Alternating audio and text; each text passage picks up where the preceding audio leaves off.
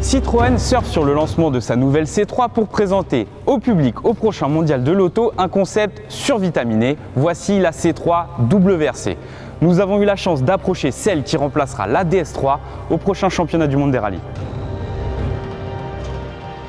Une chose est sûre, cette année il va y avoir du spectacle dans le championnat du monde des rallyes puisque les instances en charge du WRC ont décidé de lâcher la bride aux constructeurs. Le cahier des charges est simple, plus de look, plus de puissance et moins de poids. Il n'en fallait pas plus à Citroën pour démontrer toute l'étendue de ses talents.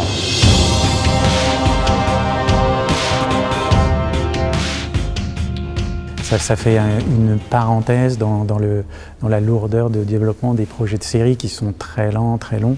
Et là, on fait ça rapidement, on fait ça avec des gens encore peut-être plus passionnés, quoique les gens qui travaillent sur les voitures de série, on a plein de gens qui sont passionnés.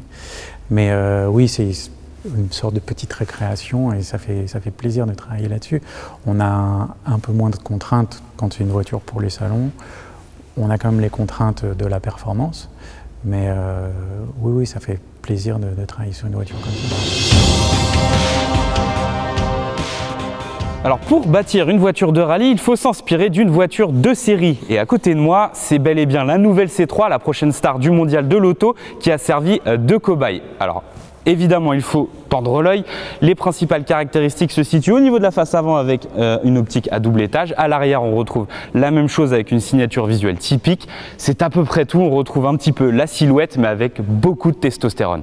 Justement, l'aérodynamique, à l'image de cet énorme spoiler, a fait l'objet de toutes les attentions. Il faudra bien ça pour coller au sol la C3 qui est animée par un 1600 de 380 chevaux. Alors évidemment, tout a été modifié en fonction avec un différentiel central, une transmission intégrale et un gros turbo.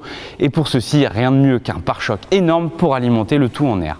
Finalement, tous les éléments sont réunis pour venir titiller cette année le champion du monde des rallyes, Sébastien Ogier, sur une Polo WRC et pourquoi pas décrocher un 9e titre de champion du monde des constructeurs.